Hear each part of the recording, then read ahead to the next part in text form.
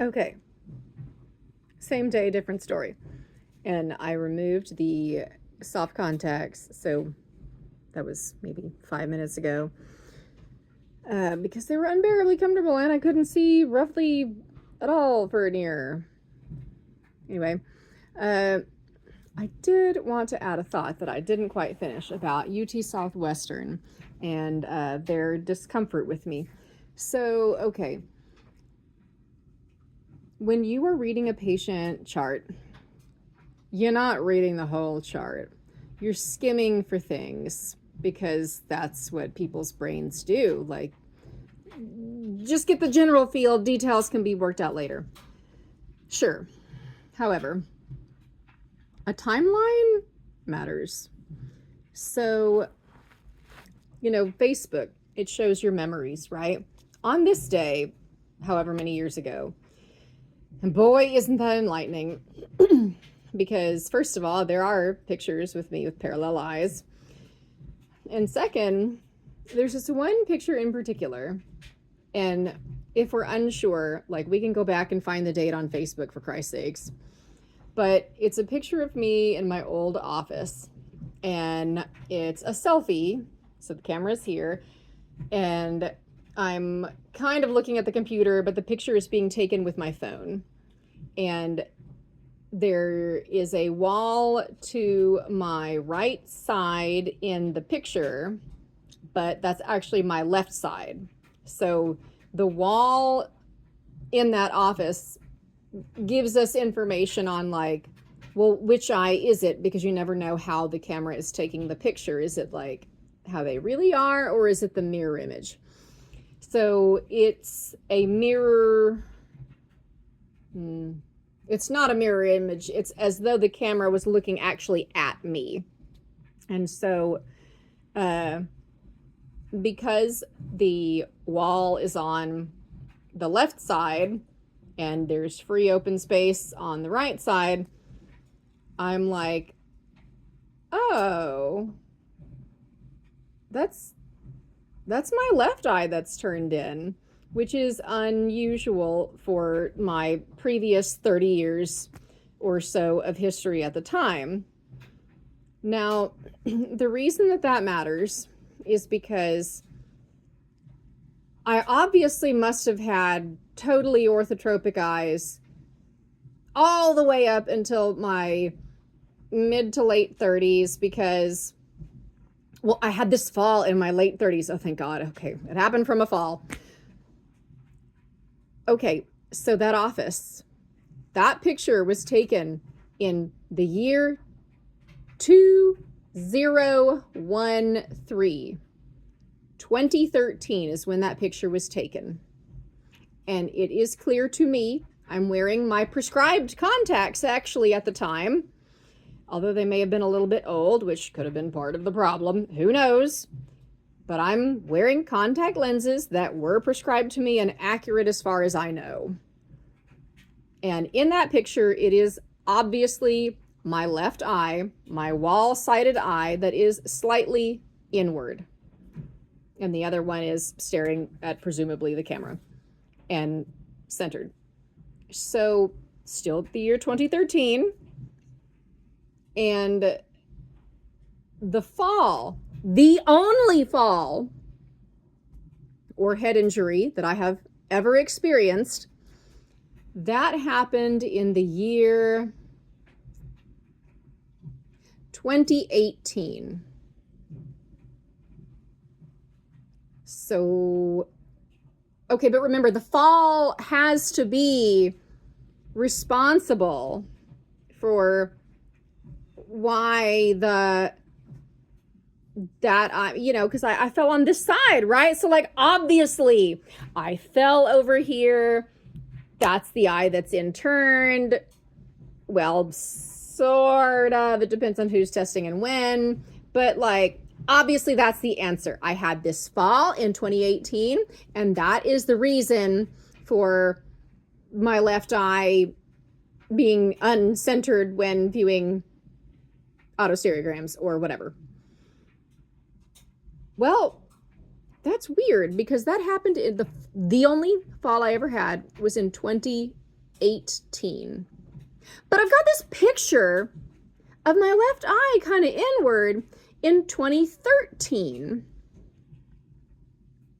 But the fall was in 2018. But this picture with the left eye inward slightly with contacts was in 2013. So I believe you that the fall I had in 2018 is responsible for taking my left eye and positioning it inward a whopping 5 years before it even happened.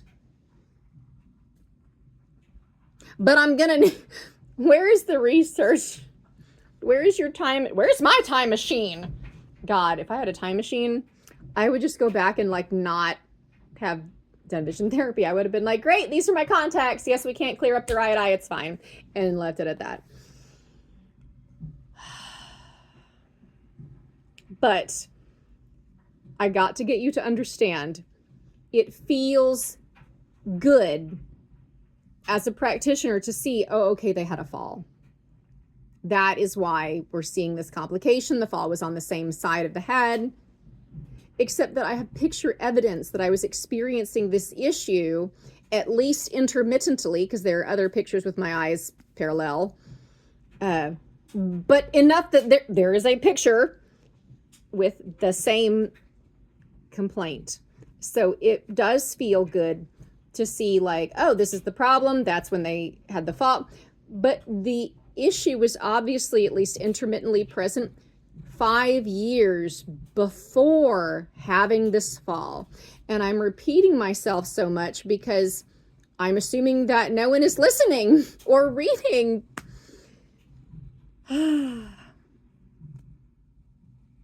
Okay. And that is why I shut down eye appointments, because if someone believes that a fall that happened 5 years after the onset of symptoms is like the explanation, I mean, you know, that's not very promising for what kind of attention to detail I can expect. And that matters because obviously this is a very nuanced and detailed situation. And the other thing that I wanted to point out about like not knowing, like what prescription are these contacts?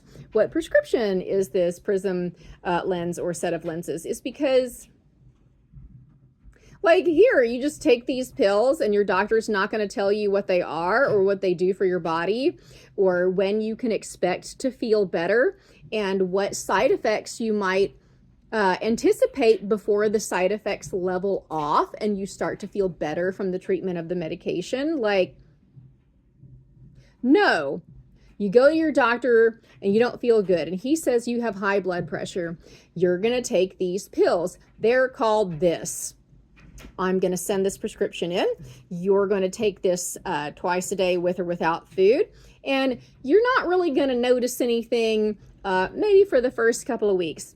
You might have a little bit of side effects like a headache for a short bit or feeling extra tired. But that should really start to clear up as the medication kind of takes effect and your body gets used to it, right? So let's see you back in a month, so that we can recheck your BP. And I want you to be doing that at home every night. And let's touch base then. So this person has left knowing what their prescription is and knowing what the expectation is and what the side effects they might encounter are that they should ignore. Sometimes they'll say, you know, but if you experience something like dizziness or feeling faint when you stand up, stop taking the medication and call my office immediately. So they know what side effects are like need to be tolerated in order to feel better, and what side effects are like, hell no, like don't do this anymore. And this is worse, and give me a call immediately. And you may notice that it was like, wear these, see you back in a month. I don't know what these contacts were. I don't know what this prism is. Hopefully it's something useful. I'm trusting that it's going to be useful. I am wearing the snot out of these glasses and contacts. Even though I hate it, I'm miserable, I feel like the symptoms are getting worse. Maybe that's anticipated. Who knows, since I didn't get any information about what are you finding? What are you prescribing? What are the expectations for me to do at home? Like my poor person who's going to monitor their blood pressure and report back and how they're going to take their medication. I have been told, wear these glasses or else. So, okay, I've definitely been doing that despite my misery. So I don't actually know what my prescription is. I don't actually know what are acceptable side effects and what are not acceptable side effects. And I'm not even really reassured that you quite have a feel for what my visual experience is, because I feel like if you understood what I was perceiving, generally speaking, maybe you could ask questions that were more nuanced to like, well, what do you want to know? Can I fuse the image? Are both eyes on? Probably, yes, but it's blurry. I can't risk accommodation, or it doesn't like it and I get the yo-yoing, which, okay, yeah, instability. Or I get the half moon slice of the image, or I get the fork sharp turn. Like, hey, those are all different responses to things that I could offer you, because then at least it was, can I fuse the image? Yes. Can I fuse the image and bring it to accommodative clarity? No. And I don't want to do that to myself again, where it's like, well, I just stare blankly and I cannot see anything now, but my eyes are parallel. Like,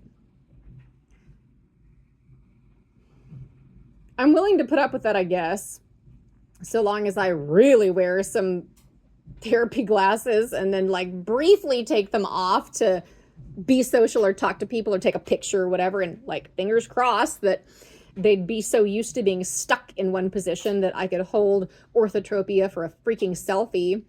Although, never mind about the picture of the, left eye being in briefly in 2013. Do you know there were times, like lots of times since the advent of camera phones, where I could take selfies with parallel eyes, like the vast majority. When I got married in 2016, it was all normal looking eyes. Good gravy. And yet, when I come in there, it's like, oh, haven't seen a patient like this before. Okay, well, patients are dumb. She's old. She doesn't have any medical records with her. So she probably had surgery as an infant. Her parents just never told her, or she forgot. If it makes you more comfortable to believe that, you can do that. But I'm letting you know that that is not a phenomenon that happened. I did not have surgery. My eyes were parallel. When I tried to focus on something near, I had that sharp in-turn, and my parents went, oh God. They took me to Dr. Moody. It is now his son or grandson that has the practice. I was there in like the last appointment would have been the early 90s. So that was right when we were starting to digitize things in like 2000-ish or so. Like my paperwork would have been done because they only keep the files on the patient until the patient turns 18, and that makes sense because they're pediatric ophthalmologists. However, I would have turned 18, like I was 18 just before 9/11. I turned 18 the year before 9/11, and around like the early 2000s and beyond is when we were like starting to scan things in and get rid of the big stack of, because your file as a patient was like an actual like file thing on a shelf. And they have that to some degree, but they're a lot skinnier now because most of that is scanned into the computer and then shredded, because why would we want to have a bunch of clutter and vulnerable stuff that's easier to steal? Not that anyone would want to steal that, they do it digitally. But the point is, by the time I had turned 18 and it would have been time to purge the stuff, there would be no point in scanning it because he'd already held on to it for the, medical, it was 7 to 10 years, and it would have been like 13 or so that he held on to the files. So like he'd done due diligence as far as how long you need to keep it. Yeah, why would you scan this in when I'm sure they were already like scanning in a bunch of stuff anyway? There's no point in doing that. So regardless of the fact that there's no file to prove this, I did not have eye surgery as a child. The eye drops that I experienced were for the full cycloplegic refraction, so that, you know, as a 2.5-year-old or 3 or however old it was, he can, you know, do the little thing where you're doing the light and you figure out like what the child's refractive error is when they're very farsighted, so that you can give them the appropriate spectacle correction with bifocals, and then the intermittent patching of each eye so that there's not any residual amblyopia, or at least it's minimized, as it has been. So that's how that was done. And I was definitely born very farsighted, common for children that were born slightly early. Like all of this is like, oh yeah, this is like a totally known thing in your industry because I found lots of papers on it, for God's sakes. I mean, I had a friend that's a yoga instructor and she's a twin. And she said that like sometimes she feels like she can see through things. And I was like, girl, twins don't always bake in the oven for quite as long as they should. Were you born earlier on time? They were born early. Were you born really farsighted? Oh yeah. Did you have bifocals? Yep. And patches. Oh man, I'd almost forgot about that. So all she said was that she can kind of see through things. And I knew that she was a twin. And I basically just like outlined her previous patient history. I'm nobody. I've only been finding my information by like Google Scholar and Wikipedia. So my God, if I can figure out her patient history by 2 pieces of information, someone somewhere is capable of working with me and helping me. I mean, my God, maybe I'm not going to be eligible for LASIK, but surely we can find something, whether it's very strong contacts over readers or ortho-K at night and minimal contacts during the day and probably still readers. Like, I feel like something can be done. Like, there are options. But I'm going to have to get someone to listen to me and to understand that a fall that I had cannot explain the accommodative paralysis that I clearly experienced when I first started to notice symptoms kind of intermittently happening, particularly in the morning when I was trying to read the newspaper in the year maybe 2012-ish to when I started taking the Contrave in 2017. It's like, oh my God, my eyes, like, huzzah, I can read the newspaper clearly. Like, yes, I don't have to close an eye. And when I say close an eye, it wasn't like, oh, they're doubling. It was just I couldn't focus them. So as far as like teaming, from my experience, they still were teaming. And there were pictures between the year 2012 and 2017 where the eyes were together. So I don't know how to explain, oh yeah, it was just a one-off. Occasionally I held them together for the photo. I can't hold them together now, so I can't imagine how I would have had that skill beforehand, but okay. So the point is, my onset of visual problems were definitely less severe. Nobody listened. They heard the words of fall, and then that was it. It's like that has to be the only thing. You know, the higher you get in myopia, or really any prescription, but definitely myopia, the way the eyes neurologically behave, all bets are off. So like contact lenses, how does that affect the progression of myopia? There's some evidence to say that having that peripheral plus ring helps slow the progression of myopia, because somebody got theirs approved by the FDA and the MySight or whatever it is. And but there's also like, well, okay, and how does that affect like how they're behaving and as far as divergences? And for some of them, single distance vision was the absolute way to go. And for some of them, it was like they just ended up here. And then you had the ones who couldn't deal with the outer ring for presbyopes and beyond. And, you know, it was like, oh, okay, so there's not enough people to study, and there's not enough studies. And, you know, it's like, well, you're just too highly myopic, so nobody cares. So we just assume you can't see anything and you must have never been able to see. But consider, what if, like that research study I said in 2 videos ago, actually it's 2 studies from Australia, and they found out that some myopes behave as hyperopes. Remember, I was born super farsighted and now I'm super nearsighted. So Jesus, what if how my visual system is like, oh, we want to see, we accommodate for that, which may or may not involve avergence. Either way, God, no wonder my eyes are so tired. Okay. I have explained about, I would like to know what we're doing and what the forecast is and how you expect things to go down. And good God, could you just be more communicative about everything? There is no such thing as over communicating.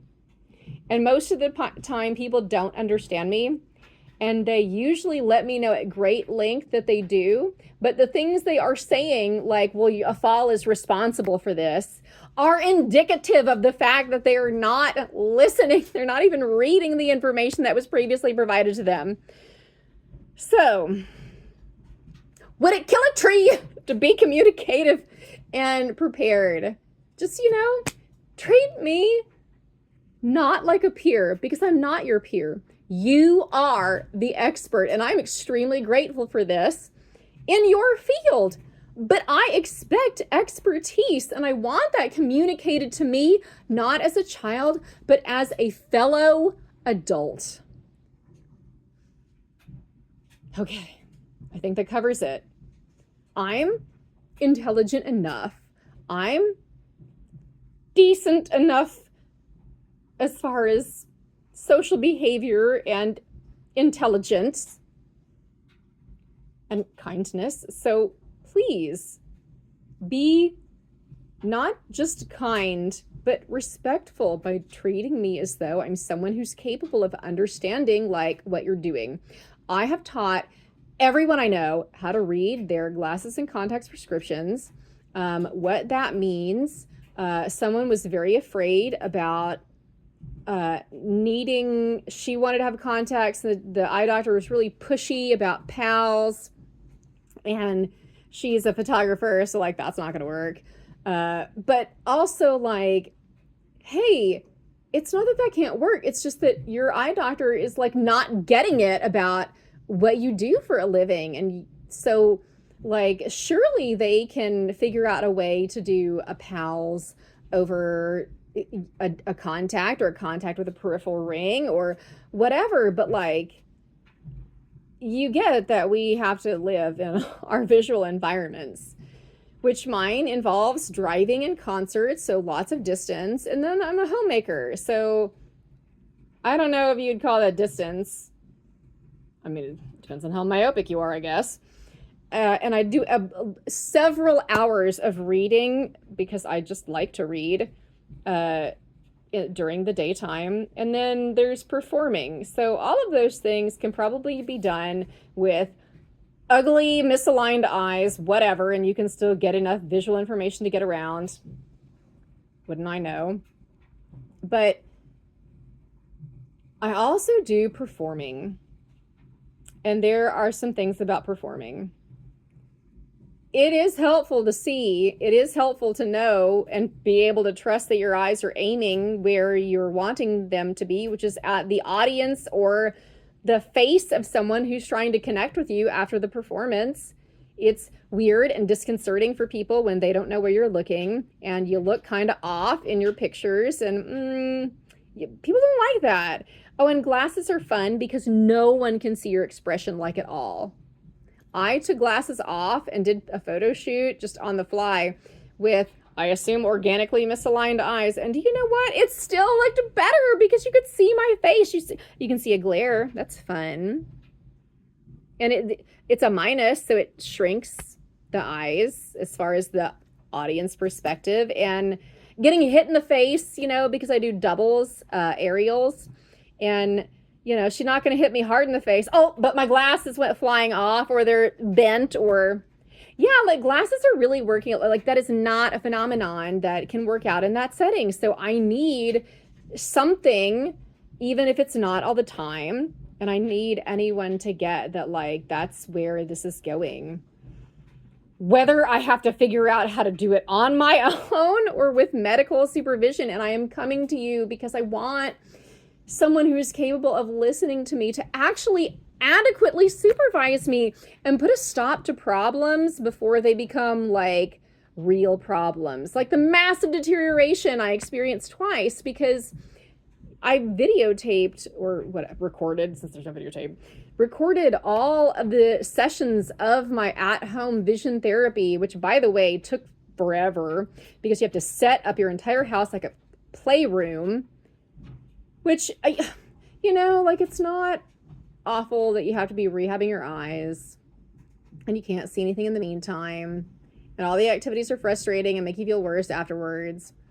But it's this additional psychological beatdown of like, pretend that you can dress up your house as a playroom and all the time that it takes to set that crap up. And then it doesn't work and you visually feel worse than if you hadn't done it at all. And then you're taping all of these sessions so that, by God, if there's a problem, someone can see and put a stop to it before it gets worse. And no one watched my videos. I mean, wow. Because if I knew that I had a patient that didn't seem to be responding how I thought they should, right off the bat, I've been like, I want to see, or at least hear on my drive home from work in the car over the stereo, I just want to hear what's happening so that I can like get some kind of an idea about like, okay, let me look at this patient. What is she doing? Because I definitely knew right into it, this is probably going to get worse. And they're not going to have a good explanation why, because after the assessment, it was like, these people are already not listening to me. So I knew I was going to get blamed. Oh, I just didn't do the homework. Well, maybe she just didn't understand. And so I have video of me doing all of it, because if I didn't understand, well, you should have watched and corrected me, number one. But I did understand and I did do it. And there's how many weeks? And it's like over 100 hours. You know how many hours it takes to be proficient in something according to science? 20. So you mean to tell me over 100 hours and it just got worse? And then like kind of, Somebody should have been supervising me and they freaking know it. And they didn't. And that's sad. But aside from that, I have this opportunity that I've made myself. We're going to do this every day. And, maybe I have to. Would it help if I paid for an additional hour of office, whatever, and then you'd actually like watch the videos? I would resent doing that, but I would probably do it because at least you would have the information that I feel like would be useful. Because if you were interpreting the information from me correctly and I knew that you understood me and we still reached the end point of, wow, I see that there really is like nothing else they can do or offer me. Honestly, that would really help, because I would know that you understood the phenomenon from my perspective and as best you could from your own professional perspective, and that you had told me what you were doing every step of the way and why it was going to be beneficial for treatment, and that I was giving you feedback and you were seeing the feedback here. And God, when everybody's on the same page the whole time, it is a lot easier to not be bent out of shape when it doesn't go wrong, because you know that the other party did due diligence and they didn't just treat you like, oh, okay, so she's over 40 and she says she has blur for near, and okay, over 40 blur for near. That means you have to be an exotrope, and you have to have problems with crossing your eyes and stuff like that. Well, I'll see if I can arrange for that to be my issue. But since I can't get either of my eyes to adequately diverge even by themselves, it may be a little bit difficult. Okay, so finally, once again, signing off. Sorry that was an hour and a quarter, but you know what? If you actually watch this, I would pay for that. I would gladly be like, oh, you billed for that extra hour and a quarter? Here you go. Because it would definitely save us the rest of the time in the actual office. Okay.